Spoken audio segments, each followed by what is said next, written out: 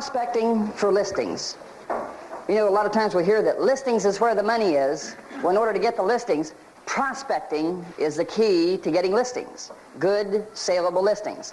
And the reason most salespeople fall into the trap of the difficult clients so much is that they do not do the prospecting necessary to get out there and beat out of the bushes those good, easy ones. There are tons of them out there if you'll just get there before they start coming on the market, before they're snapped up by some other agent. But you have to get into position to get those before somebody else does. Keep in mind, now, the things I'm going to be saying in the next few minutes is geared primarily to that individual who wants to be just a superstar lister.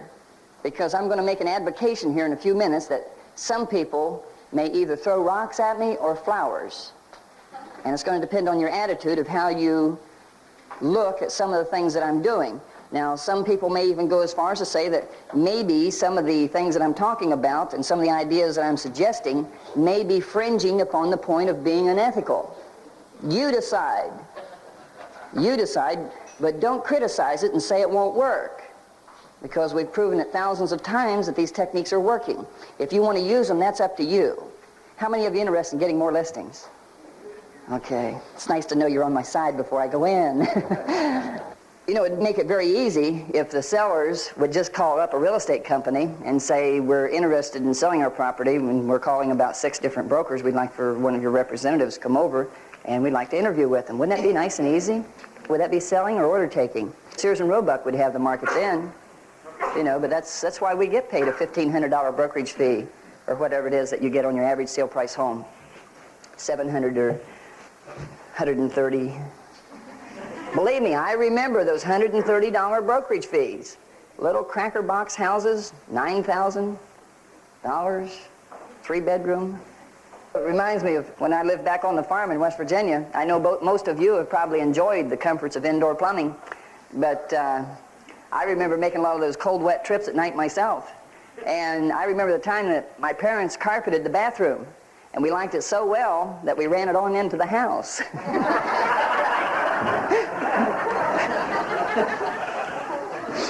Here's my advocation. I think that a person that wants to be a superstar lister does not take floor duty. Does not take floor duty. Now, if you're in an office where it's mandatory, you have to decide on that situation how you're going to handle it. But if you're going to just concentrate on listing, here is how I think you should be set up. You need an office in your home, preferably a spare bedroom, one to where, particularly if you have children, you cannot operate out of the corner of the living room or the family room on a card table. I mean, you need to be set up properly to be highly effective. And I recommend you have a spare bedroom that you can go into, close the door, and take care of your business. You need a good desk. For $50, $60, you can buy a used desk to start with if you need to. I personally have a real nice wood double pedestal desk with all the accoutrements, office supplies, and everything that I need right there. Completely independent, my own real estate office within my own house is the way I want to function, even if I'm with another broker. You need a good chair, comfortable chair, not too comfortable. You need a pin board on the wall. You need a city map, an area map of the area that you're specializing in, much larger, blown up. And I recommend that you use one of these phone-mate answering machines. Now, if you've got a good answering service, God bless them. But I never found a good one. They either hang up, they give your message to somebody else. I never found a good. Now, you may find the best, but I never found a good live answering service. And 5 or 10 years ago, when answering machines were first coming out, there might have been some skepticism on people leaving messages with them. But today they're so popular, and with a good message on it, you can most times get the party calling to leave a message if it's important. If it's not important, they're not going to leave a message even with a live answering service. They don't get them all. I recommend a phone-made answering machine, a push-button telephone desk type. Desk type. You can't have one of these with the push buttons in the hand. I recommend a desk type. And then the receiver portion of it, I recommend that you have one of these little shoulder rests that you can place it on your shoulder and then keep both hands free to dial the phone, to write your messages, to turn the pages, whatever you might be doing during a telephone conversation. You should have your own typewriter. Now, I personally am not the world's greatest typist. I have several sample letters, just basic format letters that I'll be sharing with you here today. that I would just take and place the sample letter, or just say letter number 3, letter number 2, and have the name and address of the client to send it to. In the closet of the bedroom, what I did is I took out the crossbar where you hang clothes, and I actually went to the lumber yard, got some 2x2s and some half-inch thick particle board and some paint, and I actually built real nice shelves in there. If I'm going to work, I want to work comfortably, not any of this roughing it type stuff. And I built a nice set of shelves in there to where I could keep a good supply of stationery, envelopes, pass out literature for open houses, etc. A crisscross directory, your own cross directory. I think they're up to about $75 or $80 now, but I recommend that you have your own. Now, if you're new in the business and cannot afford to fork out that money right now for your own personal cross directory, what you can do is take the cross directory at the office, pick out about 20 streets. For God's sakes, don't try to Xerox the whole book. You could have bought 4 books by then. But take and pick out about 20 streets that you want to use for a little telephone canvas area. If you find that you need to expand that area, then maybe Xerox about 10 more. Or by that time, maybe you're starting to get sufficient enough that you can buy your own book. But take and pick out about 20 streets in a little area, concentrated area, Xerox those pages, cut them out, and then list them numerically and tape them to just a blank sheet of paper, and maybe staple them together and slip them in a little manila folder and keep them in your briefcase. And that's your little mini telephone cross directory that you can use during your open house. I recommend that you have a copy of the tax recorder's roll. Now, not of all the area, but a specific little area around your neighborhood where you're specializing, particularly in your farm area, your service area. A business checking account. Monday morning, I want each and every one of you to go down to the bank of your choice and open a special checking account. And the reason being is, now when you get a brokerage fee, when you have an escrow close, the biggest danger that you make is you cash the check, and then you think, my gosh, now's the perfect time to buy a calculator, and you go pay cash for it, and you lose your receipt. At the end of the year, you don't have your tax deductions, and you're telling your accountant, I bought this, I bought this. He says, where's the receipt? And you say, I don't know. He says, we can't count it. But I want you to go down and open your own checking account, a personal business account, and the way it would read would be something like this, and you have it stamped right on the check, Roger Butcher Business Account. Now, you might want to change the name. You don't have to, partner. Open a special checking account, and that's your little business account. Then naturally have your own personal household checking account, your savings account. Now, when you get a check, a brokerage fee, deposit it immediately into that account. Now, when you have to write a check to buy that calculator, that measuring tape, that Polaroid camera, whatever it might be, at the end of the year, you've got all your canceled checks, you've got your ledger there, you know how much you spent, and you know exactly how you're taking care of your money, and that's very important. I want you to accumulate a cash reserve of a minimum of $10,000. I want you to develop a cash reserve. I'm not saying this because it's something I think may flatter you. I'm saying if you want to be successful, develop a cash reserve of $10,000 and keep it in your personal checking account. Do not worry about a little bit of interest on $10,000. Listen to me. The reason you do this, now when you're out on that for sale by owner and he thinks he's the toughie, you walk in now with a little bit of confidence. And you say, if we find I can work for you, so your attitude's changing. This is why for sale by owners has got it over you. They're in the driver's seat and their attitude is right. We have to change our position. We have to change our attitude on these for sale by owners. As though they are not in the driver's seat, we are.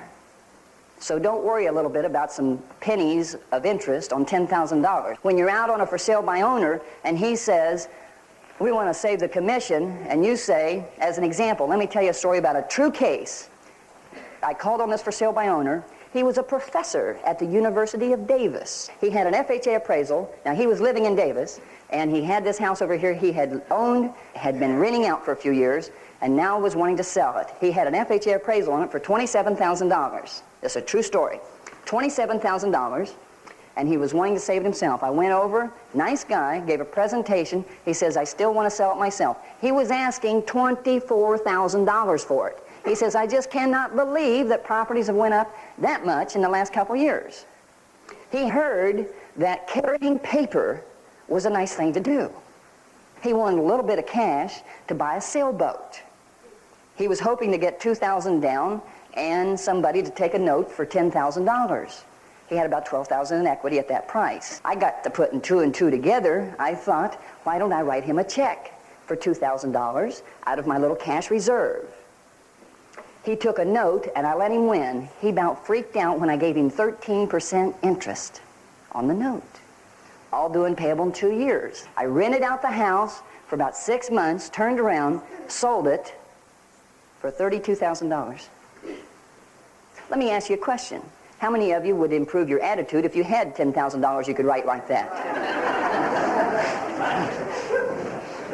It does give you an air of confidence, I assure you. And that's the point I'm trying to make. Here's a sample of a telephone answering message. Hello, this is Roger Butcher. I'm out on an appointment at this time, and rather than miss your call completely, I hope you don't mind leaving your name and number on my phone mate, because if you were thoughtful enough to call me, I'd like to return your call as soon as I return. Thank you for calling. Please leave your name and number at the sound of the tone. Prospecting for listings, expired listings. I know now there's a lot of information coming out by computer. How many of you are on computer? Could I see your hands?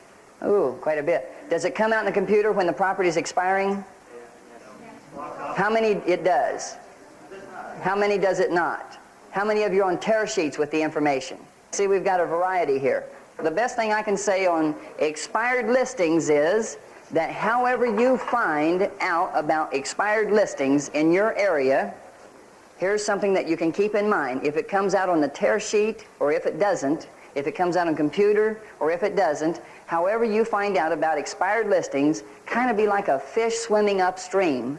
Who prints this material? Who puts it into the computer? Where does it originate from?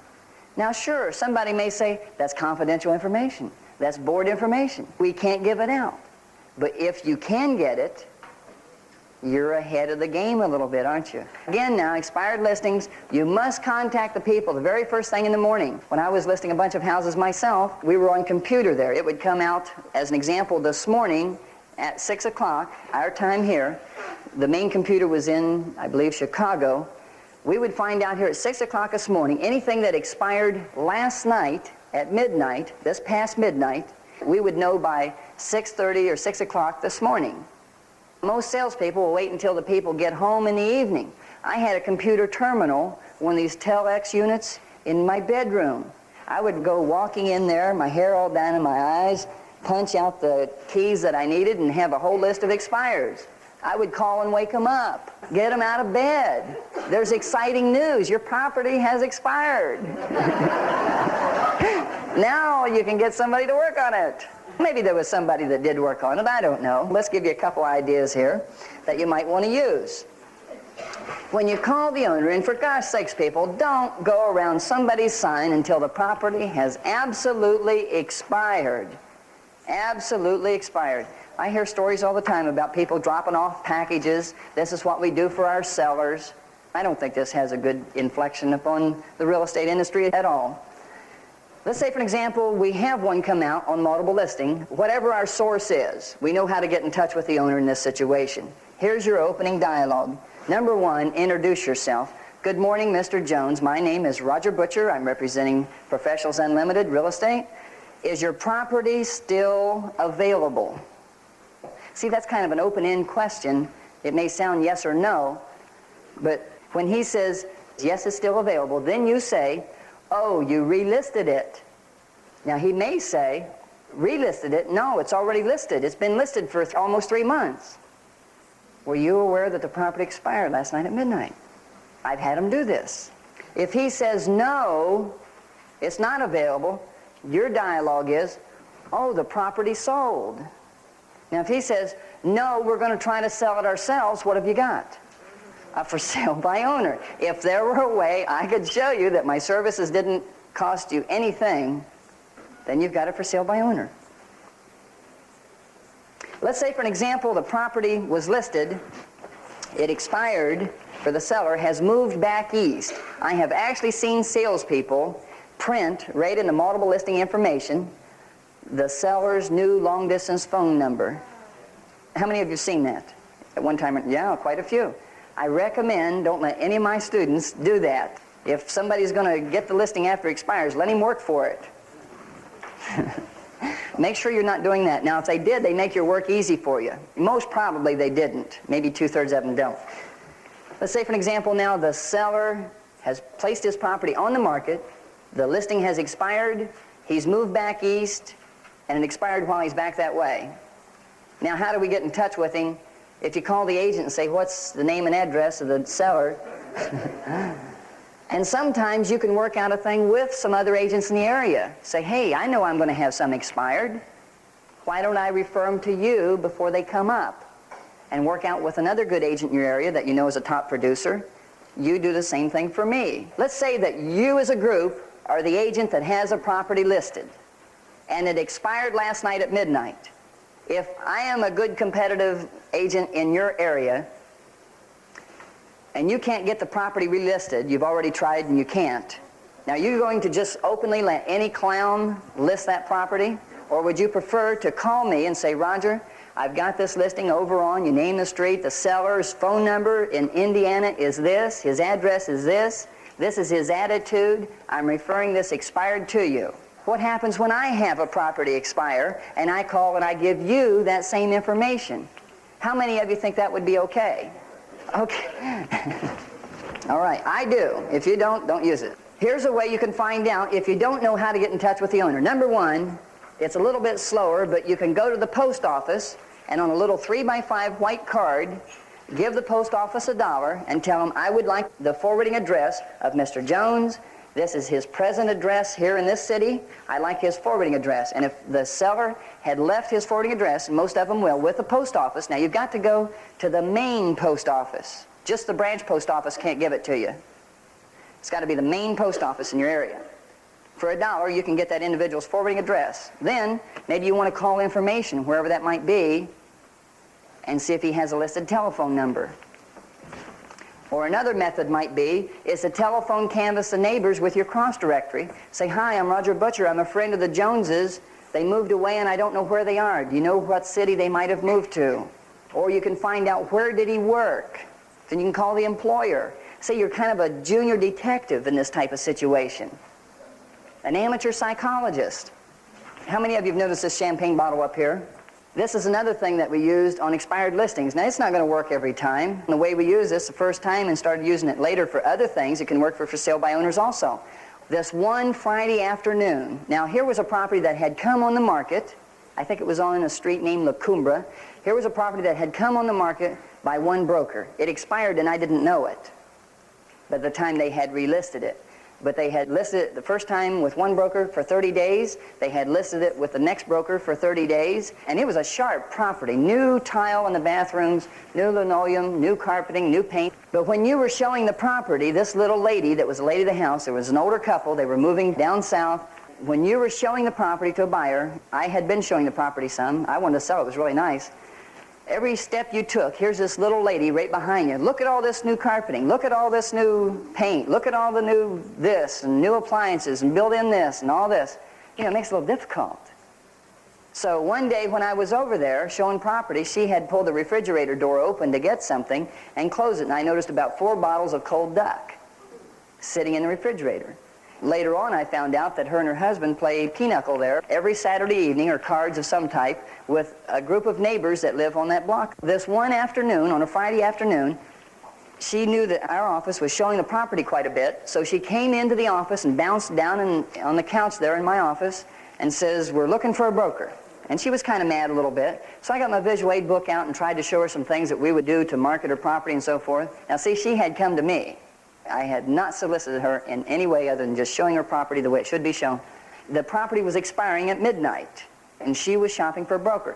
She was inadimate. I couldn't talk to her. She was there about 5 minutes. She had her husband with her. She was upset. The property didn't sell. Why didn't the broker sell it? First one thing and another. They come knocking on the door all the time. They don't show up. All the problems. She got up and says, well, I've got another broker down here. I'm going to go see her, another office. So she ran down the street, jumped in the car and took off. I could see that there wasn't too much of an opportunity right then to talk with her. The next morning, I brought in some of my salespeople, my senior salesmen, and I told them the problem. I said, what can we do? And it dawned on me that champagne bottle. We had just had a party in the office. So we took one of the ribbons off the boxes. There was a Circle K food store right next door to us, one of these little mini-mart things.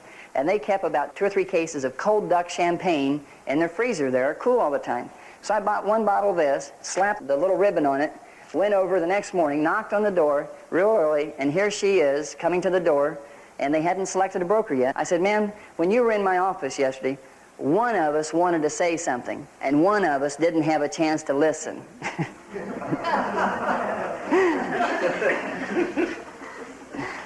I said, I know how upset you must be. I'd like to visit with you for just a few moments and show you what I can do to sell your property. She says, fine, come on in. So we had a cup of coffee. I went through my presentation. She would only give me a 30-day listing. I'll take those kind because of the property and their motive. That was about $2,000 high, we thought. Found out it was only about $500 because that's what it had sold for, about $500 under the listed price on a conventional loan. It's little things like this that make the difference. And what I did is when I approached her with this, my first approach was when she opened the door, after I'd knocked on it, I said, good morning, ma'am. I'm Roger Butcher. You'll remember yesterday you were in my office. I'd like for you to set this in the refrigerator, and we're going to celebrate at close of escrow.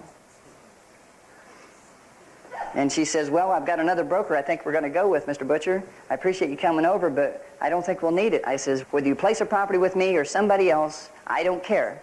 But I want you to get your house sold, and I'd like you to place this in the refrigerator, and we're going to celebrate at close of escrow. And gave it to her. And we did. We boogied like you wouldn't believe. Just a thing or two here I'd like to mention is when you fill out your listing agreements or your property information sheet. Let me show you something here. If you put in your multiple listing book, and what I'm referring to is room sizes, how you put your numbers for your room sizes. Let me give you an example. 9 by 12 or 12 by 9. Which room is bigger? 12 by 9. Which room is bigger? 12 by 9. They're both the same. Who's bigger? See, it's little techniques like this, and you can explain that to the seller, particularly in expired listing. Again, having professional representation can help us to net the most money, can't it? Let me tell you a little story thing that happened to me one time. After I had just bought my first brand new car in the real estate business, so I went down, took care of my business, and then went and did some shopping. I came out of one of the new stores there with my couple packages in my hands, and I saw all these people standing around my new automobile. And I thought, boy, they're admiring it. And as I got closer, I could see that somebody, now it was light blue, and I could see that somebody had scraped the whole side of it because here was red paint all down the side of it. Oh, my heart just went all the way down. But as I got closer, I noticed a piece of paper on the dashboard. So my spirit started to pick up a little bit. So I went and I read the message, and it read like this. It says, the people that are watching you now are the same people that watch me scrape the side of your car, and they are probably thinking that I left you my name and number, but you and I, no different.